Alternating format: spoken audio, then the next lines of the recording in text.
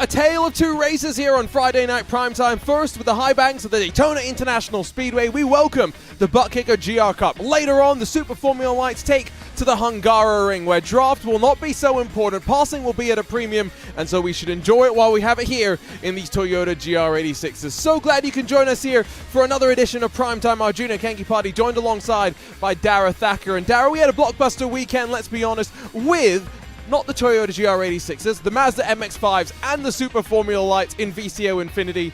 We saw them both come here to Daytona. We had some great racing, but we're not at the traditional Daytona layout today. Instead, we're at the Moto layout, and that should be fun. Yeah, I mean, we've seen a lot of this circuit, haven't we, over the last 7 days, but different machinery again coming towards us. I mean, we've had some interesting races in this Toyota GR Cup of late, and Daytona is just another one of those high-toe racetracks that we're going to be going to. High ability really needed from these drivers, because it's going to be a little bit more difficult on this Moto layout. You can see it's a relatively dark day as well. Wonder what that will mean in terms of track temperatures and whatnot, but we'll dive into that in a few moments' time with the drivers out on track for qualifying. This, of course, the look at the schedule as we work our way through the back half of the season. Long Beach, the streets of the Action City, to come in a week's time, and then over to the Michelin Raceway, Road Atlanta, Snetterton, Sandown, and Mount Panorama to close out the season. Should be a fun campaign, and this really the last round where, outside of Road Atlanta, draft is going to be really at its most powerful. Yeah, and even at Road Atlanta, I mean, we're not too... I mean, of course, you have that long back straight, but through the S, it's going to be difficult to go side by side. So this really is the last major draft circuit that we've got. We've had Interlagos, we've had Sebring in the last couple of weeks, and we saw how that affected the cars, and I think Daytona, we might see quite a tight field between these guys, because with the long straights, you're not going to be able to get too far away. Looking forward to this. I've never commentated on a race at the Moto layouts here, quite surprisingly. I have commentated on rallycross racing, oval racing, of course, and my fair share, maybe too much, of racing around the regular road course layout, so this should be a bit of a treat and a bit of a surprise. Qualifying probably not too important either, if we're being totally honest, Dara, given that, you know, draft's going to be so powerful and potent, and drivers going to use that to their advantage. Yeah, I mean, you may be a little bit off the pace in terms of pure out-and-out lap time, but you're going to be able to gain that back once you're sitting in a draft train, because you can just use that to your advantage a lot of the way around this Daytona International circuit. Even with this Moto layout, I think it's going to be slightly interesting, because, like you said, not a layout that we often use, but a layout that, of course, can be used, and some of the drivers may know in different machinery, but it's going to be interesting, because it's got some, you know, it's a Daytona race, but some extra little characteristics that it don't really have. And, well, qualifying's about to draw itself to a close. And again, it's a tale of two races, right? I'm not sure what weather conditions we're going to have when we flip over to the Super Formula Lights of the Hungaroring, but I would be very much hoping that we can do our rain dance and have a bit of rain sprinkling when we make the trip over the pond. Qualifying officially, though, draws to a close, and the drivers will get ready to go racing for what is going to be a brief 15-minute blast, but every single minute should be filled with action. Let's take you down to the starting grid. Let's dial you through how they'll line up for, again, just the 15 minutes of racing action. Thomas Fleming, fastest of them all with no draft at 155.156. He'll be alongside Marcus Luzio, looking to try and take the Colonel to victory lane. Dom Allen and then Brandon Nagelvoort, third and fourth positions respectively, with Sam Trout and then Eric Le Simison, fifth and sixth positions. Seventh goes the way of Paul Markroff. Scott Revers is eighth, while Graham Bricks, Frederick Steen, and then Felipe Bartz and Etienne Mika through your top 12. And those really the times on the board. Callum Voisin, baked beans from 13th. Marcus Amann, 14th. We've seen him be fast, but maybe just falling afoul of track limits. And then Jace Glenn, Cedric Brimell, and Ryan Johnson at the back of the 17-car field. Not many cars by any means, and one thing that I would kind of be worried about here, Dara, if I was one of these drivers, is if we start to battle in the heart of the pack, you may end up losing the toe of those in front.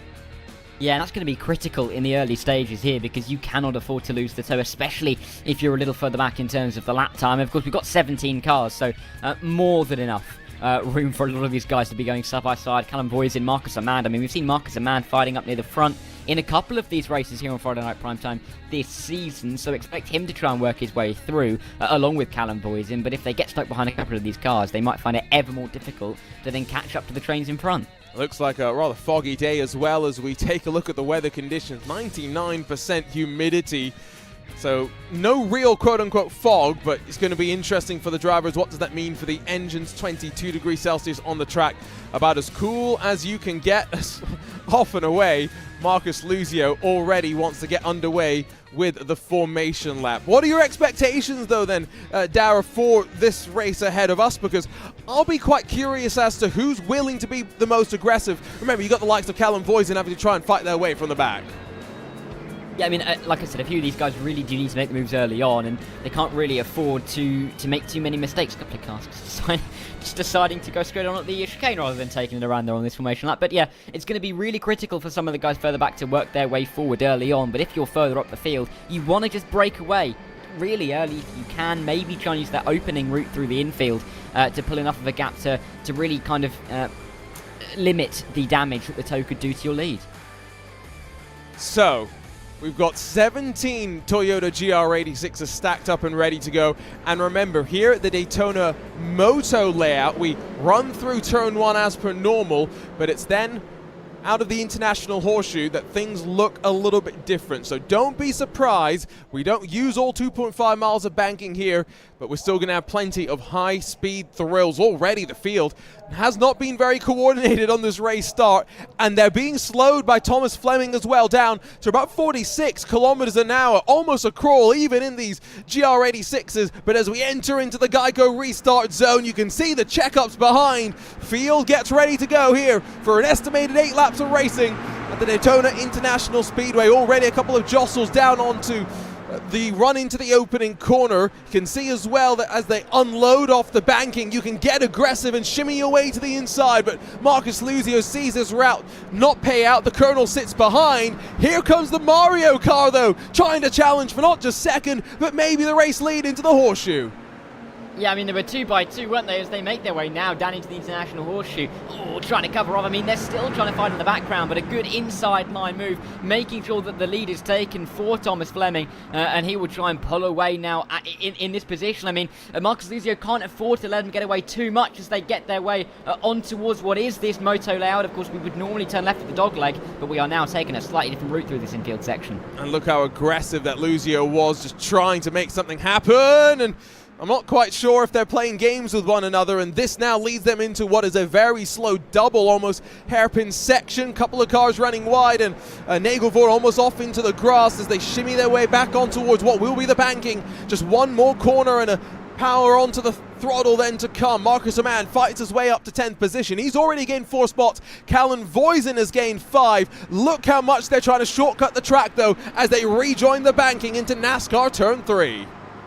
Yeah, I'm not too sure whether Thomas Fleming knew where the track went there. He went a very, very tight line on the exit of that corner, and he's still going quite tight as they make their way through the Le Mans chicane as they bounce their way over the curbs. Luzio right on the tail. I mean, the top 5, nose to tail, nearly bump drafting each other down this straight, something we saw a lot last week in VCO Infinity, but not exactly what we'd necessarily think we'd see here on Friday Night Primetime. But if these 5 can start to pull away, we might start to see a bit of a battle with 5 cars involved for the lead. And I wonder if you're going to be aggressive here and try and pop out a line if you're Marcus Luzio. No! Ooh. Thomas Fleming gets spun off of NASCAR Turn 4, and now an opportunity for Nagelvoort to try and shimmy his way underneath. Not going to fan out, though. Dom Allen's on the high side in the blue and black machine, as now 3 wide. Look at the push from Callum Voisin.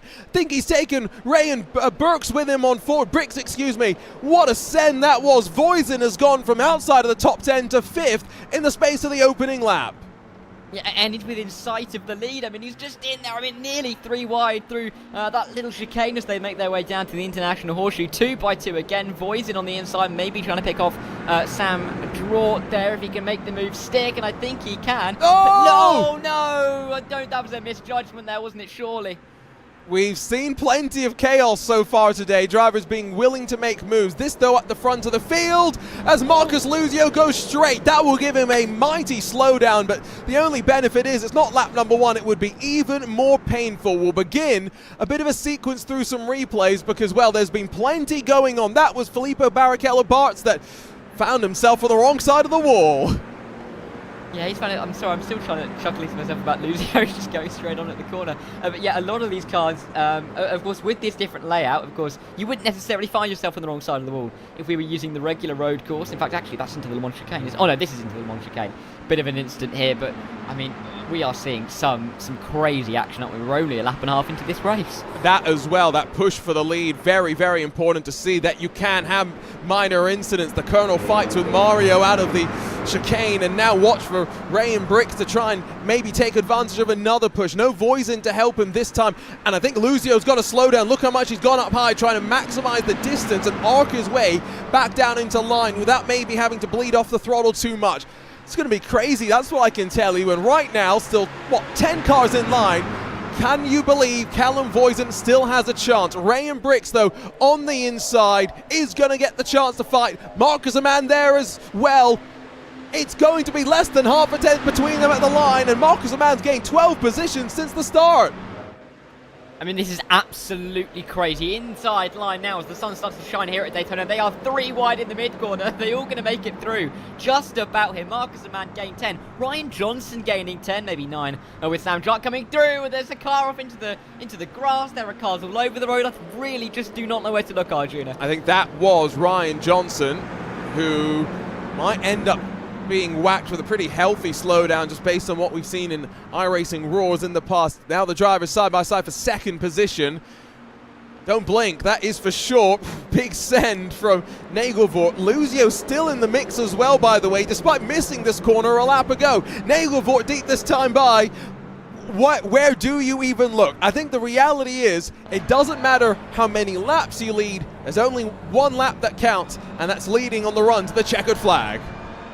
Yeah, and I think it really is going to come down to that because we really don't look like we are any closer to finding out what is going to go on in this race in the closing 10 minutes. We're only a third of the way through. These races normally fly by on Friday Night Prime Time. I cannot believe we're only a third of the way through with the amount of action we've had so far. Marcus Amann up to P3, starting P14. Here comes the bump draft again on Luzio. I mean, this is really anybody's game, isn't it? Because as long as there's the draft in behind, they can just carry on gaining back up to the front. So where is the gap building? Well, right now, out of the chicane, there's Voisin. He's going to probably get a small amount of tow as they run a little bit high out of NASCAR Turn 3, but very interesting gamesmanship being played here. Back to the replay, and this is going to be an incident for Scott Revs in the queue, and it's just all in the commotion that you have there. It's a little bit too aggressive chopping down. End of lap 3, though. We're still on for an estimated 8 laps or so. Marcus Luzio leads, Ryan Bricks second, and now Marcus Amann going the long way around, trying to fight his way on forward. This is great stuff between the 3 drivers. All as, again, those behind just use the draft to try and close. Although I think at the line, Callum Voisin may have lost some time because they continue fighting hammer and tongs.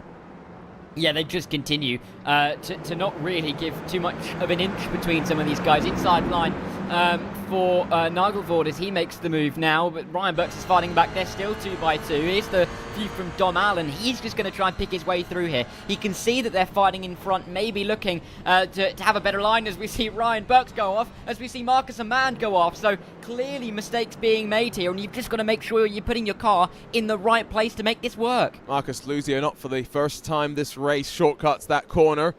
Finds himself serving a slowdown. You can see as well as they work their way through here, this is where the drivers would actually, on the regular lap, be going the other direction. We've now gone into effectively the infield. There's buildings on either side. There's going to be caravans and whatnot as well. It's a rather unique layout that doesn't really get used very often. Great to see, though, different layout for these drivers to contend with. Even with the slowdown, though, Luzio held on. Not sure if that was contact or if he was trying to get out of the way to finish serving the slowdown. All I know is Callum Voisin now shortcuts the chicane, and he'll be the one that has to slow down and give up some time.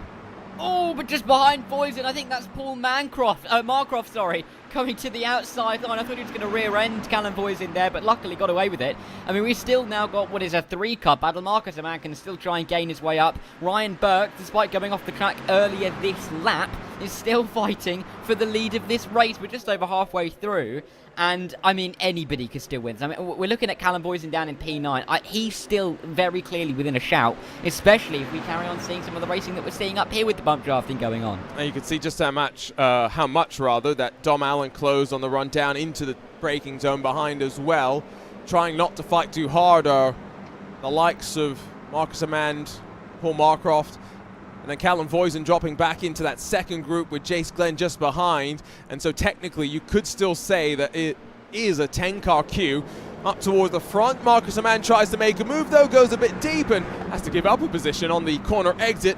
Brimway grabs the inside and will be onto the brakes once more. Marcus Amand didn't make the corner a lap ago. Can he do it this time by? Yeah, let's see if he can just take this inside line and make it work. A bit of a rear end slide there from Marcus Amand, it seems, but he's made his way through nicely. And actually, it's Thomas Fleming being opportunistic and trying to make the move on Brimway. And I think he's lost out to Callum Boysen as well, who he's had a bit of an up and downs race in that car, it's fair to say, but he's still working his way through the field where he can. So, you know, this is still open for a lot of these guys. Just got to make sure you pick your way through and can't really afford any more mistakes that we've seen from some of these guys so far. I'm sure that's a rather controversial paint scheme as well, baked beans. It's a very British concept, isn't it? And I'm team baked beans. I'm sure there's people here that are saying, why would you make a car look like that, let alone eat it yourself? In through the chicane, we'll come to the line and have less than 5 minutes to go on the clock, so it should be 3 laps to run. These drivers hitting lap times just under 2 minutes around this unique layout at the Daytona Moto layout. Thomas Fleming passes Marcus Amand, that for what is 6th and 7th position, but at the very front it's going to be Brandon Nagelvoort from Ryan Brooks, Dom Allen, and then Paul Marcroft as finally Brooks pops out of line. And now we'll see a bit of a sense. If this was a run to the checkered flag, Nagelvoort with no help would hold on by the narrowest of margins. He would, but as they've still got laps to run. That's the issue for some of these guys. I have to say that I didn't know that there was any controversy about eating baked beans, and Callum Boysen certainly seems like he's a bit partial to a nice English breakfast. But let's see if he can use that to his advantage and try and make some positions in front of him. I mean, we now have the top 8, 1.2 seconds. I mean, this is this is quite frankly ridiculous racing that we're seeing. Some fantastic moves being made, and I think that's Thomas Fleming trying to take 2 at the International Horseshoe. He's got to be careful up the inside here as we go into the moto section of the racetrack, but he's still fighting his way through. This is absolutely incredible racing between so many of these guys from top quality races here on iRacing, and on Friday Night Primetime we really are being treated. And these cars of course don't run here at Daytona, but we do see the MX-5s. They put on a show always and are sometimes the highlight of the weekend. Now Nagelvoort, was there contact with Bricks? All I know is he ran wide, is able to hold on, and as Marcus Amand, Thomas Fleming side by side for 4th position. Bit of a contact then as Marcus Luzio gets a shove. This is getting very, very tense with all these cars on top of one another. They'll head off to the chicane with what will be 2 laps to go at the line. Former race leader Thomas Fleming's going to be almost 3 wide behind. It's single file for 1 and 2, and then everyone else filtering in behind. Yeah, I mean, they're just going to have to be careful at this point in the race. There's the fog clearly setting in over this Daytona International Raceway. But yeah, like we're at this stage of the race now where you've really got to make the moves, but you also cannot afford to make a little mistake right now, because if you do, you're going to find yourself falling back and no real hope of going for the win. But you still need to work your way through to the front and position yourself into the best place for this run to the line, which will happen, because it seems from what we've seen from Thomas Fleming and Marcus Luzio that being a little further back than the top 2 might actually work out. Look, this time though, Marcus Luzio is the one on the outside and not using any side draft tactic. Nagelvoort gets the bump from Bricks and holds on. Now does not get the chance to go below the yellow, and Thomas Fleming suddenly found himself back in contention, slides his way a bit too deep through the corner, goes from 2nd, somehow suddenly back to 6th. One moment, Callum Boysen 3 wide and on the inside. He'll get his chance, although maybe hits the disqualification limit. Too many incident points and aggressive contact behind. Marcus Luzio sends it on Marcus Amand. How many other drivers are in a similar boat to Boysen and on the threshold with 1.5 laps left to count? There might be quite a few when you think about it, because we have seen quite a few incidents in this race so far. A little bit of contact, some track cuts as well. I mean, Marcus Luzio comes to mind, of course, cutting the track a couple of times. He might be running a little bit of a risk, and I mean, we saw it at VCO Infinity last week, didn't we? Oh no, that is Luzio going deep, losing 2-3 positions. I was going to say, we saw you get instant points for bump drafting last week in VCO Infinity, so maybe these guys got to be careful, but my word, this is really, really dramatic stuff. 1.5 laps to go, but still, could be any of the top 5. Thomas Fleming had the rear end step out on him. He dropped behind Marcus Amand and then contact, and it's left a bit of a breakaway as we head back towards the line. White flag this time by. Is it a margin that means that it's between just Brandon Nagelvoort and Ryan Bricks? Thomas Fleming just outside of the drafting range, a little bit too far in front of those behind to get a bit of a push into the opening corner. It may be down to 2 with 1 to go, Dara. Yeah, 1 to go, and maybe just a bit of bump drafting here is going to help Ryan Bricks, because he's going to be able to really pick up that slipstream and that toe down onto the final lap. They've got to be careful, though, because Thomas Fleming is gaining. You can see on that tower, that time coming down and down and down, but just maybe not fast enough for these guys. 1 to go, white flag is going to be waved, and it's really Nagelvoort and Bricks for now, but if these two start to fight, then Fleming and the rest are going to be riding on the party. You get the sense it will be a run to the checkered. There's the moment that I mentioned for Fleming, lost him his momentum, and then on the exit of the corner, you can just see how much more speed he wanted to carry through. Smallest bit of contact, biggest of impacts though, as Marcus Amand heads back down to pit lane. They're side by side though at the front. Nagelvoort will hold on, almost lent on Bricks as they headed off the corner, has the inside down into the moto section. Fleming is close. He will have a slingshot down towards the line, and I do think it may be a bit of a drag race, and get your photo cameras out. Yeah, don't count out Marcus Luzio and Cedric Brimil behind. Dom Allen is in here as well. It just depends how much they fight in these next few corners, because Nagelvoort is in what you'd probably say is the worst position at this stage, but he goes a little bit deep. Is that going to mean that Bricks is going to be in the worst position? They're still going to fight it out. I mean, you may think that you may not want to lead at this stage with the draft down towards the line. They're just going to fight it out regardless. Thomas Fleming has a good go around the outside, but does Ryan Bricks have a bit of an overlap with your race leader? Is he going to force some give and take into the chicane one final time? Almost pinching, doors being slammed shut, and 2 by 2 they'll fly their way on through. Fleming, former race leader, slides his way forward, but as he timed his move, maybe a bit too early. He's now the one feeding the draft on the run down to the start finish stripe once more, onto the banking, 30 odd degrees of it as well. Longest distance around for Ryan Brooks with no one to help him as well, and as they crash behind, Brandon Nagelvoort going to be sent off into the grass and the wall. Thomas Fleming sees 3 wide behind. Which way does he block? Who does he think will help him? He goes below the yellow line. Marcus Luzio having none of it. My word, what a dramatic race. Thomas Fleming comes out on top, but Dara, I think that's going to be one talked about between the drivers for quite some time. That was quite a race, I think it's fair to say. What racing that we saw. I mean, that was quite a late move from Thomas Fleming. Luzio still wasn't going to give up that inside line and thought, I'd rather be closer to the pit lane than I would be to the Banks tarmac. I mean, incredible racing. Thomas Fleming somehow coming out in front. The fact that we've got 4 cars lead, even Cedric, the number 10 car, in P4, he was some 2 seconds down going on to that last lap. He was nearly the driver that won that race. I mean, incredible racing. I'm maybe going to question some of the strategies and tactics from some of the drivers, but you know, I guess they're all fighting for a win. They do tell you don't really go below the yellow line, let alone run through the grass. And then Marcus Luzio hip check into both Ryan Bricks and Cedric Brumuel. Curious what's going to end up happening from that, because of course there are a little bit more tools for iRacing's race control to head their way through various incidents like that in post-race scenarios, and maybe there could be a couple of changes to the provisional race results that we'll show you in a couple of moments time, just waiting for all the drivers to get to the line. But I think one thing we know for sure is that, Dara, comparing this race with what lies ahead for us with the Super Formula Lights at the Hungaroring, it couldn't get much more different.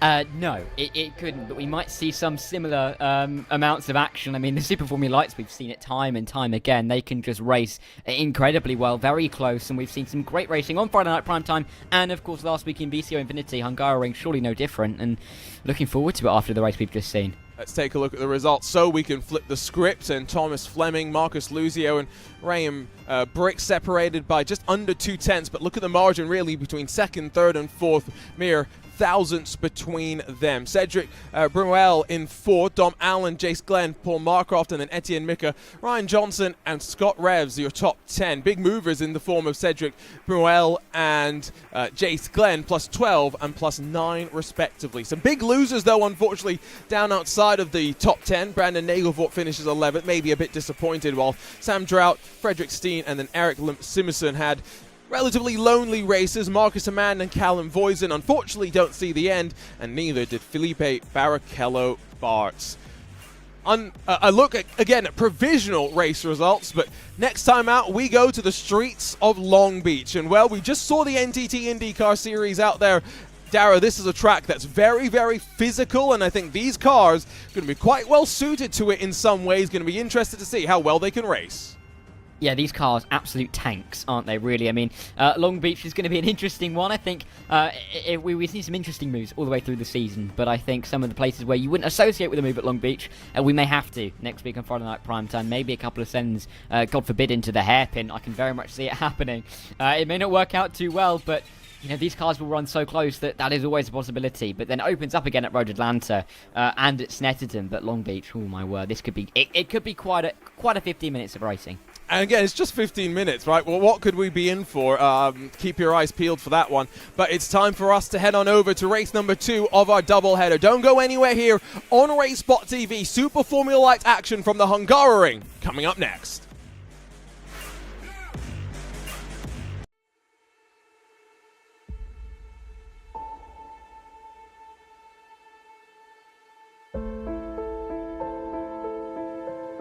There might be some rain coming through.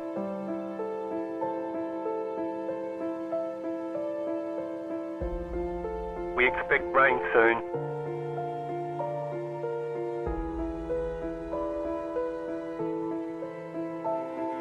Rain is close.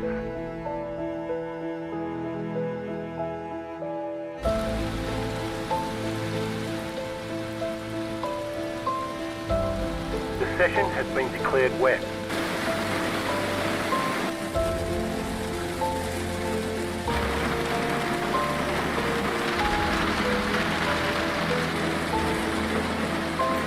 No sign of this rain stopping.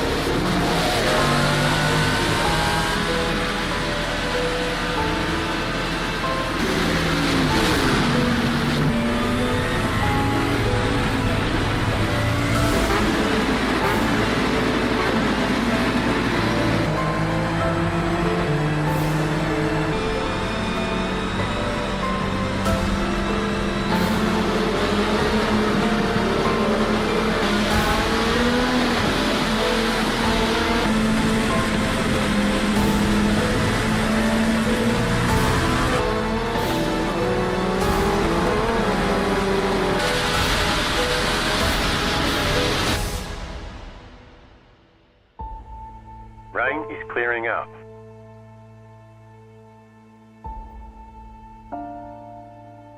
Rain should be gone for now. Nothing but sunshine all day.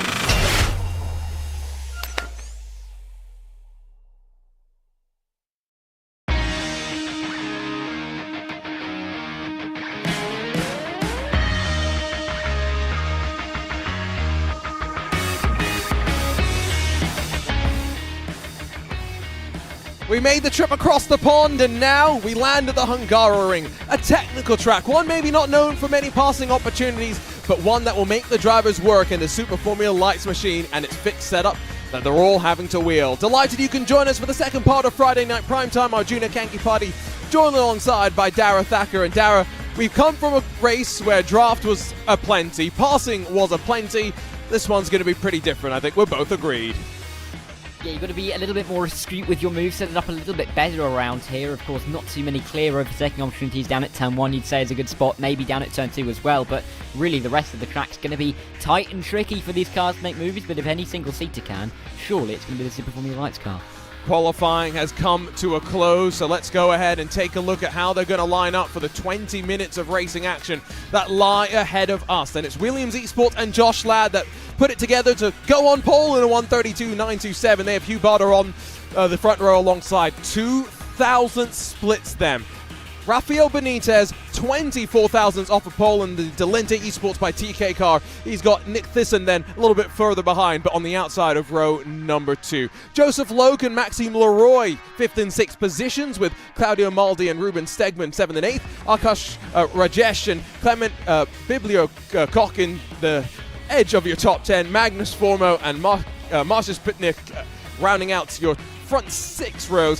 Still going through the monster field. I'm trying to get through them all quickly because standing start, we don't know when they're going to go racing. Andreas Gurgian, Dalil Akelblut, and then Pablo Joglar and Ludek Lexmal, 15th and 16th. Jan Nosek and Dennis Cornu, 17th and 18th. And as we continue going, 25 cars on the grid. Alexis Tapia Vico, Morgan Valganez, and then Abdulkar Al Amrai, Jacob Ree, Callum Voisin, no qualifying time for him, and then Wim Dijkman, and at the very back of the field, Henry Howarth. I apologize for all the names that I've just butchered, but I was able to get through the grid before they go racing, so I guess mission accomplished.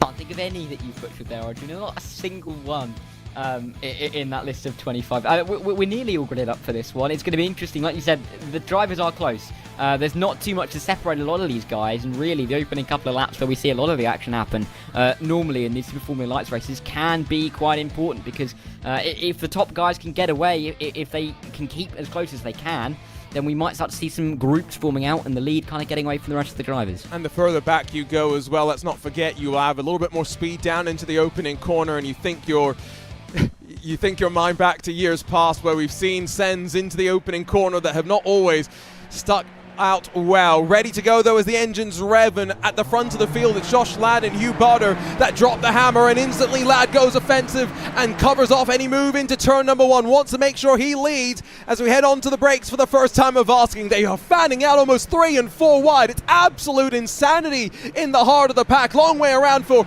Nick Thyssen as he tries to fight with Ralph Benitez. Joseph Loke has already grabbed 2 spots on this race start, but down in towards turn number 2. Battle for the race lead. Joseph Loke inserts himself into the mix. Hugh Barter sees chaos in the rearview mirror as down the hill through the right-hander they go.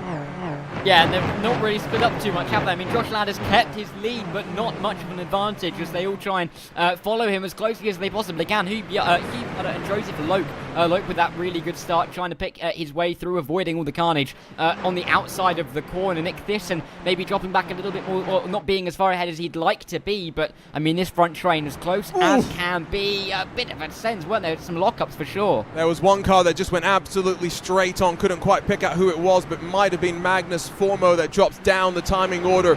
Only 20 minutes of racing there, side by side, heart of the pack. Callum Voisin trying to charge his way on through after starting down outside of the top 20, already up to 14th in the bright pink machine. But Joseph Loke sits 3rd, Hugh Barter in 2nd, but Josh Ladd does hold on to the race lead.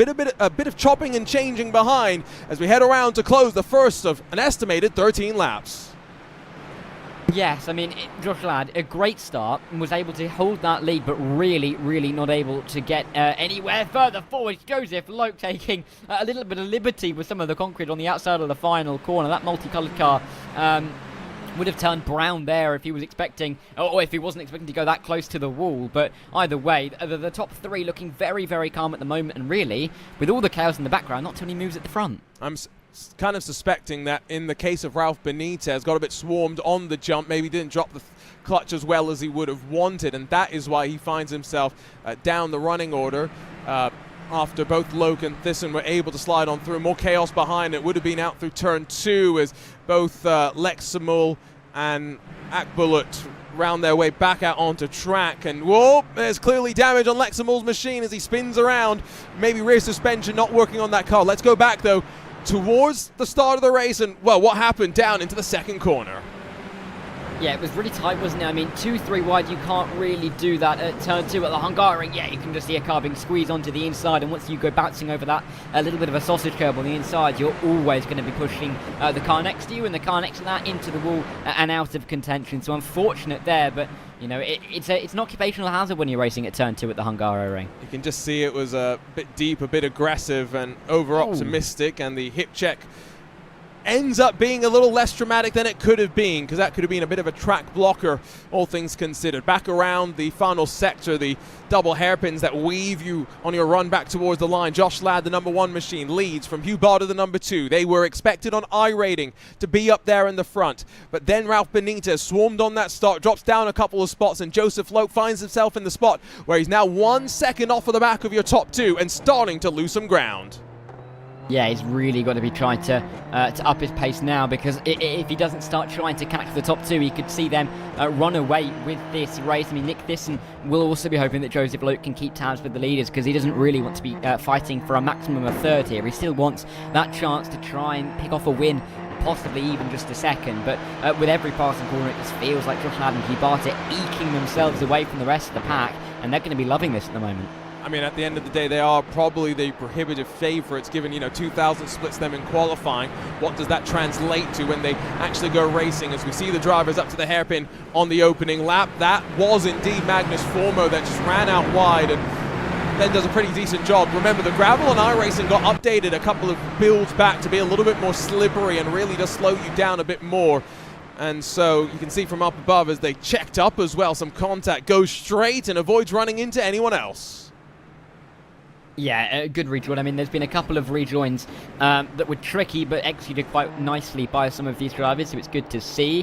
Because, of course, we never like to see some incidents being caused by some dodgy rejoins, but people are not worried about rejoins, so these guys at the front, Josh Ladd, Hugh Barter, because they really just need to keep pulling this gap. Joseph Loke falling further and further back, and if anything, Josh Ladd pulling that gap to Hugh Barter at the moment. So it's interesting at this stage of the race just to see how it's going to pan out. In the next 5 minutes, I think, really going to show how the trains are going to form out.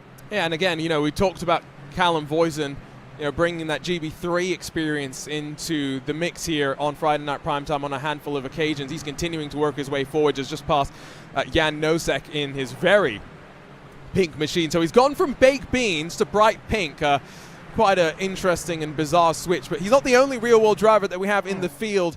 Of course, Joseph Loke, also race winner in the GB3 Championship, competing in the FIA Formula 3 season, is up towards the long left-hander.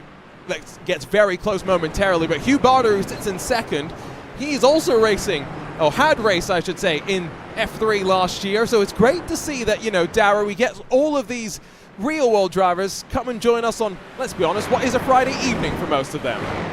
Yeah, and it just shows that there might be a race on this weekend, or if there is, they are going to be very willing to get their setups across the world. Callum Voisin making moves further back as well. Oh, no, he's not! I spoke too soon! He's into the wall, and that is not the nicest pink-looking car. Well, it's definitely looking worse for wear, but I'm not sure if Barbie would approve. Onto the brake, slightly up in front. Jacob Ree, now the one that defends and holds off Jan Nosek. Is a little bit more contact, it seemed like, and it at least heard it from behind, but this all not even about, halfway through this race. We're only coming around to end lap 4 of an estimated 13, and we've already seen 3 drivers retire. Voisin joins Lexamul and Joglar in the retirement bin. Not the ideal start, and Callum Voisin, he's been in both races and he's not seen the checkered flag, which is unfortunate for him. We thought maybe he'd be fighting for the win in race 1 here on Friday Night Primetime in the Bucket GR Cup, but not to be in there. Big old incident. You're not going to be able to pull your car out of there too easily, and that's exactly why we've seen him out of the race, and it's unfortunate, but there's always next week, isn't there? His poor iRating. So, not only has he lost a bunch of sports car iRating with the GR Cup, but now he's gone and lost some open wheel iRating as well. This is what happened as they were fighting in through turn 10. It's funny, isn't it? Because we were talking just before just during the ad break about whether turn 10 was a meaningful corner or not. And I think it's been proved there to be, because the corner's claimed a victim already. Well, Callum Voisin, I will be fair to the I couldn't quite figure out who he was alongside with, but the car had more than the front wing. The entirety of the front axle was alongside, and so Voisin turns in, and a little bit of contact might have been with Akash Rajesh, who we are focused on right now. 12 and a half minutes left to go. Josh Ladd, 2,000ths quicker than Hugh Barter in qualifying, but lap by lap has been eating away in the margin. And I think when we cross the stripe this time by, your race leading gap going to be near as makes no difference. 1 full second.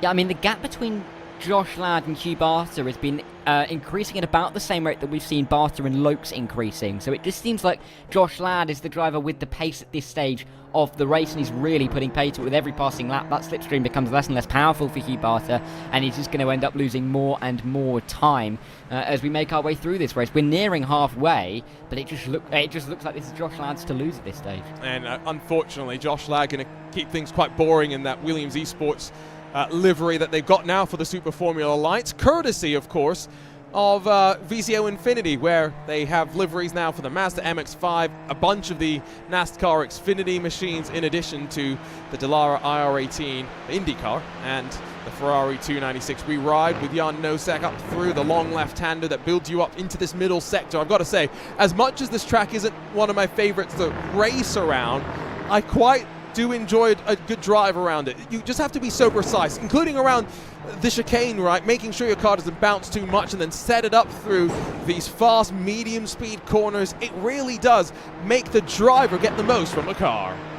Yeah, it's a really lovely flowing circuit, isn't it? You've really got to get into a rhythm around this circuit because, it's not a clunky circuit. You can't really go off or on the pulse and then off the pulse again. You've really got to be going for it every single lap and hitting those apexes, because one corner always leads into the next, particularly in that in the middle sector, and even in this final sector. You really want to hook it up to the inside to not go too far wide like we see here, because you need to get yourself back to the left-hand side for the final corner. So there is a lovely flow that you get to the Hungaroring that you don't necessarily get to too many other racetracks, and it's even if there isn't some fantastic racing, it's a nice feature of it. We did see some rain as well in VCO Infinity. That was quite fun, and we got to see Alex Dunn put on a bit of a show with Chris Lullum at the front, Jan Nosek, Ruben Stegman side by side, and locking up behind. Akash Rajesh goes straight on, allows Alexis Tapiavico to take advantage, and while no change between Nosek and Stegman, they do swap around at the back of the shot. Halfway through this race now, we've got 10 minutes still left to go. Bit wide out of the long left-hand downhill hairpin for Jan Nosek as they plunge in towards this middle sector. And that's Tapiavico backing out and trying to just run a little bit longer, not wanting to get off the power. Side by side in front of them, Jacob Reed and Clement Bibliokek in towards the chicane.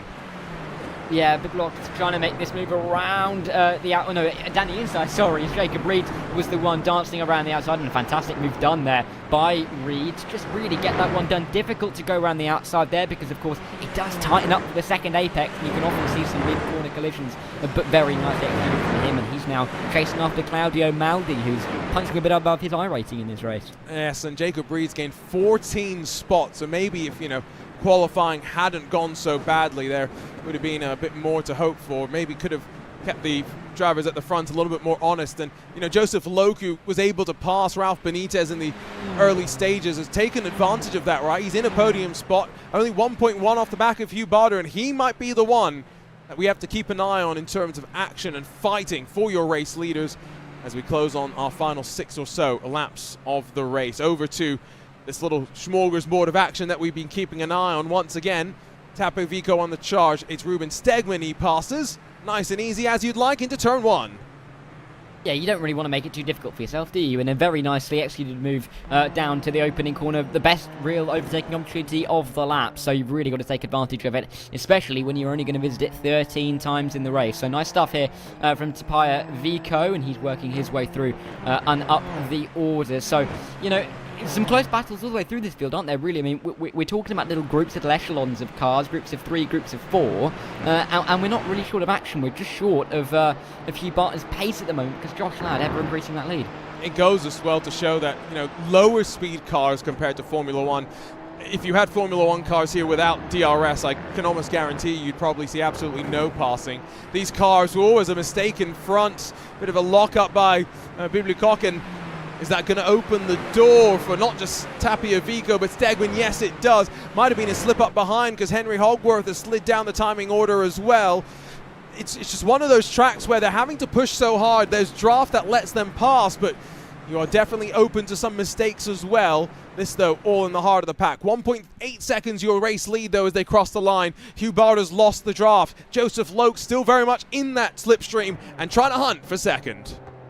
Yeah, and the aero wash through the middle sector isn't going to help you follow too close behind as well. So you've really got to try and make this move in the opening sector to then pull that gap in the middle and then try and make it safe in the final. So it's just one of those circuits where you've really got to craft the overtake, build the overtake, and make it work for you, because it's not going to do it itself. You're not going to be able to get a free pass by just getting lucky with the slipstream like you might have seen at Daytona about 20 minutes ago. But here you've really got to construct it well, make it work in a way that's enabling you to move your way up the field without really having to look back. Take a look at the replay. This a couple of laps ago, and all as they fight their way on through. This is Al Amri that's fighting two F1 liveried cars alongside McLaren into the BMW Sauber, and just a little bit clumsy, not ideal for anyone. Was not the only bit of chaos, though, of course, as mentioned for Henry Howarth. There was also something that happened to him. He was riding behind a couple of cars into the chicane, and then as he tries to go around the outside, gets tapped around. Yeah, it's unfortunate, isn't it? But like I said at that chicane, it's difficult necessarily to really make moves stick, and then even more difficult to try and emerge back onto the racetrack without hitting anybody. And you could just see him there waiting to try and find a nice gap to get in without disrupting anybody else's race. But the time is really ticking down, isn't it, now in this race? 6 minutes to go, and Jacob Reed looking to defend here from Claudio Maldi, or well, he'll have to after overtaking. They'll get through some of that traffic, but of course this is going to be difficult with 5 minutes to go. And so 15 spots now gained for Jacob Reed. What can he do moving forward from here? 3.3 seconds the gap up front. That's the margin he's going to have to try and chip away at. A little bit of a move from Dennis Cornu behind. Ruben Stegman continues his slide backwards down through the field, and not overcommitted as well from the 10 machine behind. Magnus Formo went straight on the chicane, of course, on the opening lap. He's fought his way back into contention amidst all of this action, and he only sits about 20 seconds off of your race leader, who increasingly just continues to pull his margin. Next time by, 3 laps to go. Hugh Barter only, 8 tenths in front of Joseph Loke. What more can Joseph do really here to try and close up that gap and have a lunge with just a handful of laps to go?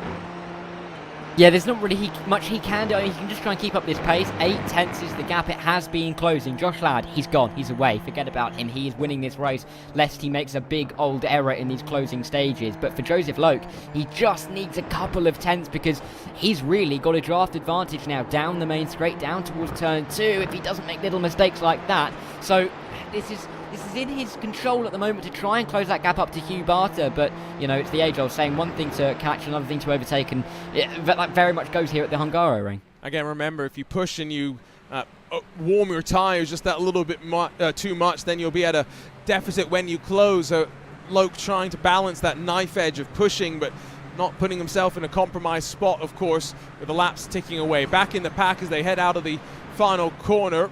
Dennis Cornu's already got a bit of a margin back to Magnus Formo, to Ruben Stegman as well. You can see a couple of drivers just have continued to slide backwards through the field. It's not like passing with these cars has been impossible.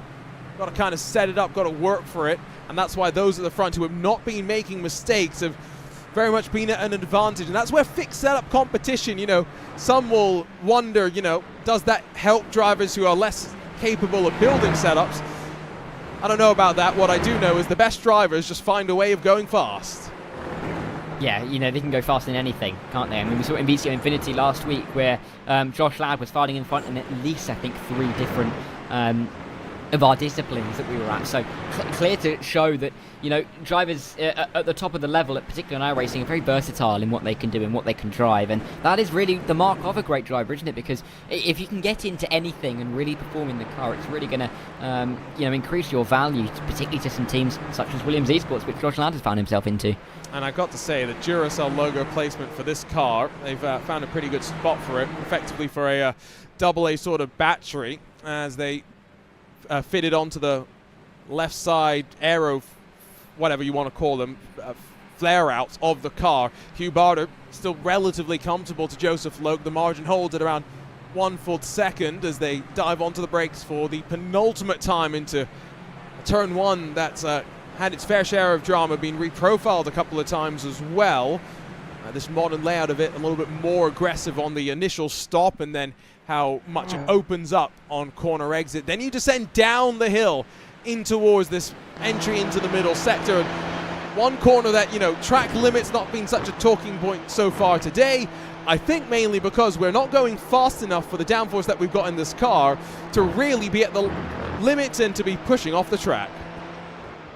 Yeah, absolutely. I mean, these cars, I mean, they are nippy little cars. Oh my word, that was definitely a co-brand for Joseph Loke. If the lap one incident wasn't, my word, that oversteer. Lucky to catch it there, but he should just about maintain his gap to Ralph Benitez behind, but he's got to be careful. I mean, Hugh Barton now probably a distant memory for P2. And that's where as well it goes to, you know, he's probably pushing 10 tenths, trying to close, suddenly finds himself fighting for his spot on the podium. Ralph Benitez, qualified third, will probably want to try and fight his way back forward, but as your race leader carves his way back out of the final corner, has led every single lap since the drop of the green flag, and from pole position to victory, one more lap for Josh Ladd to hold on. Ralph Benitez will be trying to push, trying to close as we head on to the final lap of this race as well. But outside of that, Dara, what had been a rather electric midfield pack action, somewhat tame now. Jan Nosek in front of Alexis Tapia-Vico, and by a good 7 tenths or so as Tapia-Vico out wide through the final corner.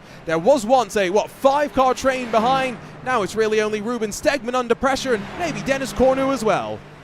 Yeah, the pack's really opened itself out, hasn't it, over the last few laps, and it's meant that we've had a bit of a cruise to the finish for some of these guys, but a couple of drivers still having to maybe throw some defensive moves, and Dennis Cornu going wide at turn 1 is no exception to that, and we'll have to keep an eye on him as we're still seeing moves at turn 1, but final time at turn 1.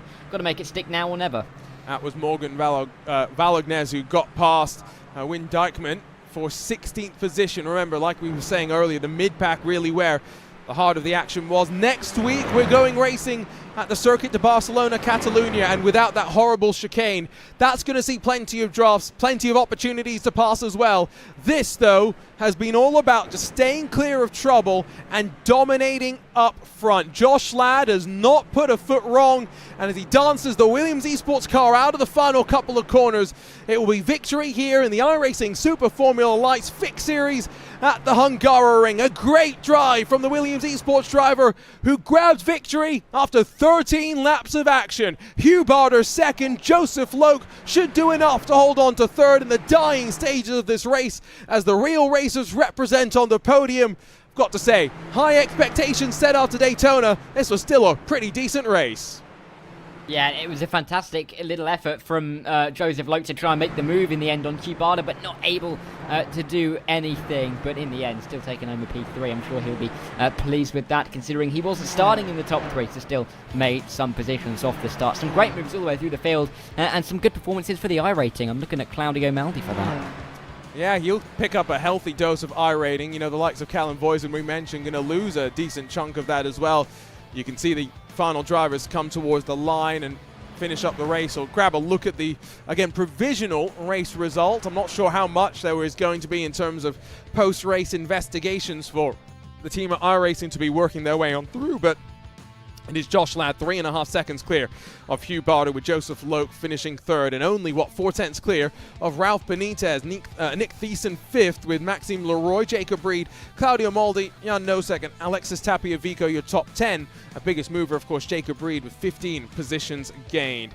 It was 11th for Dennis Cornu, Magnus Formo 12th, with Ruben Stegman, Clement Bibliokek, and Andreas Gurjan, Morgan Valognes, and then Wim Dijkman, Albuquerque Al Amri, Henry, Howarth, and then Delil Akbulut through your top 20. Akash Rajesh and then Marcis Petnekis in 21st and 22nd. Callum Voisin down in 23rd, and the first the real DNFs along with Ludek Lexamil and Pablo Joglar. It's going to be fun, I think, when we make our way over to the Circuit Barcelona. And we did see rain at Algarve in VCO Infinity. Alex Dunn and Chris Lullen putting on a show. We know that one's going to be great. Suzuka, Circuit of the Americas, and Watkins Glen to close out the season. Dara, what a popular set of tracks we're going to be visiting at the end of this campaign.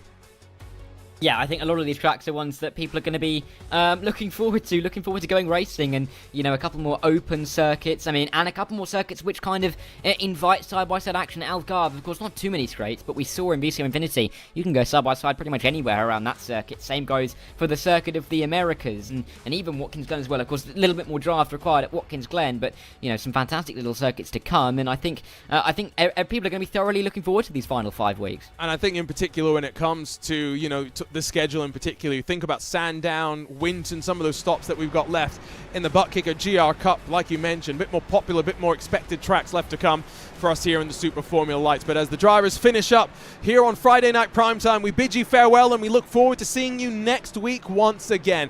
Should be an interesting affair from the streets of Long Beach, of course, as well, from the Circuit de Barcelona, Catalonia. But as ever, Friday Night Primetime sees us dance our way through the iRacing official scene. And once more, 2 new race winners crowned on Friday Night Primetime. Thanks for joining us on behalf of the team behind the scenes. For Dara Thacker, alongside myself, Arjuna Kankipati. We'll see you next time.